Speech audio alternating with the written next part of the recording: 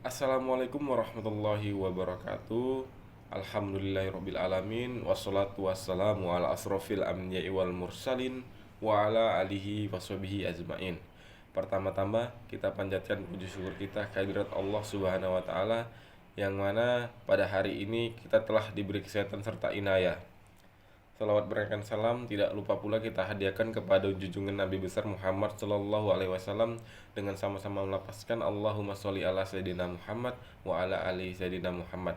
Baiklah, di sini saya sedikit akan memaparkan materi dari dosen pengampu Bapak Dr. Muhammad Darwis SHI SHMH dengan mata kuliah Hukum Laut. Baik, langsung saja di sini saya akan sedikit memaparkan materi tentang garis pangkal. Garis pangkal menurut Uniclus 1982 merupakan suatu garis awal yang menghubungkan titik-titik terluar yang diukur pada kedudukan garis air rendah atau low water line, di mana batas-batas ke arah laut seperti laut teritorial dan wilayah yurisdiksi laut lainnya. Zona tambahan landas kontinen dan zona ekonomi eksklusif diukur dengan demikian. Garis pangkal merupakan acuan dalam penarikan batas terluar dari wilayah perairan tersebut. Garis pangkal biasa atau normal baseline. Garis pangkal biasa yaitu garis air terendah sepanjang pantai pada waktu air sedang surut yang mengikuti liku atau morfologi pantai pada mulut sungai. Teluk yang lebar mulutnya tidak lebih dari 24 mil dan pelabuhan garis terendah tersebut dapat ditarik sebagai suatu garis lurus. Garis pangkal lurus atau straight baseline yaitu garis terendah yang menghubungkan titik pangkal berupa titik terluar dari pantai gugusan pulau di depannya. Garis pangkal penutup dalam konteks garis pangkal kepulauan dilakukan dengan menggunakan garis penutup.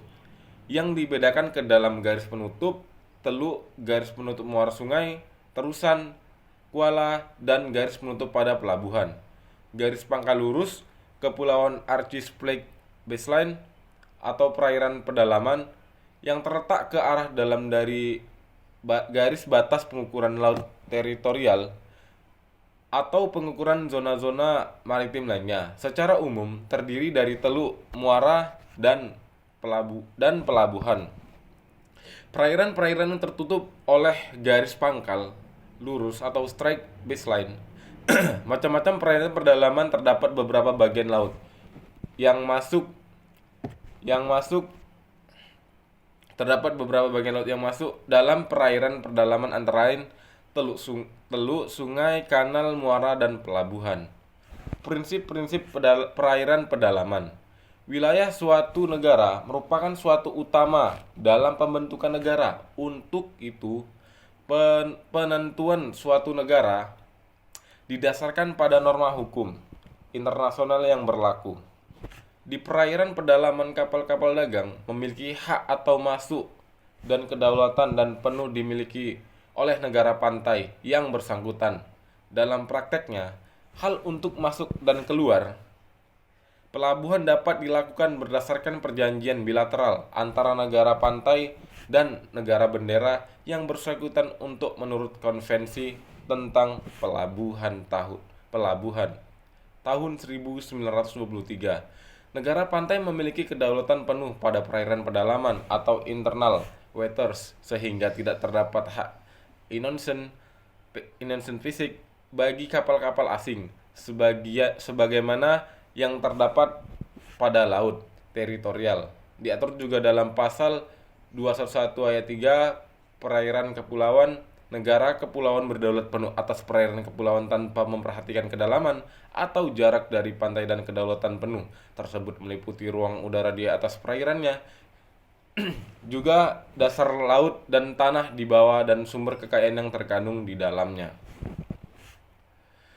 Perairan kepulauan sebelum tunduk pada rezim laut lepas, tetapi setelah berlakunya UNCLOS 1982 sejak tanggal 16 November tahun 1994.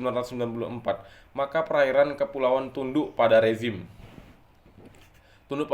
kedaulatan penuh negara kepulauan. Baiklah, itu saja yang dapat saya sampaikan. Apabila ada kesalahan kata atau penyampaian, saya mohon maaf. Saya akhiri, billahi taufiq wal hidayah. Wassalamualaikum warahmatullahi wabarakatuh. Hidup mahasiswa.